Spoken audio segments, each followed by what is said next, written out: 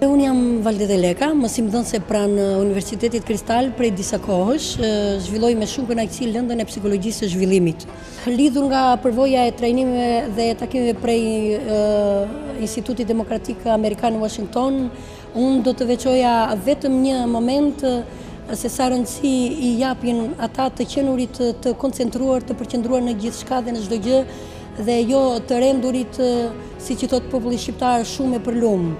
Këtu do të theksoja vetëm një moment kur ne si gra ishim shumë të emocionuara, ku duhet të jepnim një përgjigje vetëm në 1 minutë. Edhe këtu drejtuesja amerikane na sjell rastin e Churchillit, i cili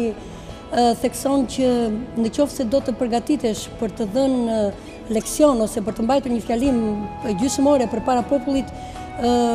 nuk ka rëndësi, sikur qoftë edhe 1 minutë më përpara të thonë ti ke se të thuash, por problemi qëndron se çfarë duhet të thuash ti përpara njerëzve,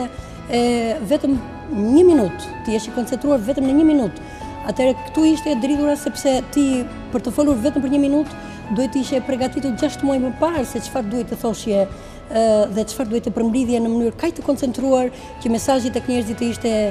tepër i qartë. Po fal përvojës edhe ndofta edhe fal formimit profesional që kishim ndjekur hapës hapi, edhe kjo provë u hodh me kënaqësi dhe me sukses të plot, dhe aty unë mora certifikim të merituar si lider i së ardhmes.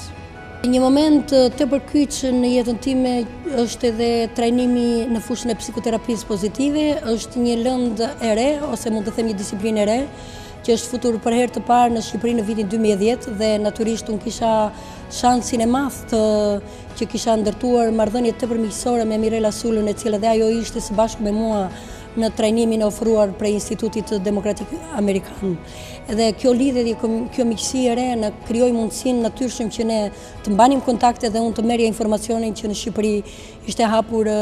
qendra për trajnime në fushën e psikoterapisë pozitive për të ndërtuar një këndvështrim të ri në fushën e të menduarit dhe të vepruarit, duke parë gjërat dhe problemet jo në fushën bardhë dhe zi ose gri, po duke parë me të 7 ngjyrat e ylberit, duke menduar në fund të fundit mbas çdo përplasje dere, ndofta ka një derë të re që të hapet, e cila mund të t'jap më shumë shanse. Këtu nuk kam për të harruar trajnimet prej trajnerit me licencë ndërkombëtare, Enver Çesku, i cili ka qenë nxënës, si mund të them, i themeluesit të psikoterapisë pozitive, profesor Pesashkianit, dhe mendoj që ky është vetëm fillimi. Fusha e psikoterapisë pozitive do të luajë një rol shumë të rëndësishëm në Shqipëri, sepse shqiptarët kanë nevojë për të, njësoj sikurse kemi nevojë për një,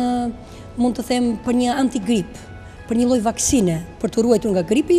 edhe marrja e njohurive në fushën e psikoterapisë pozitive, mund të them, është pikërisht një lloj injeksioni, një lloj vaksine për të mbrojtur nga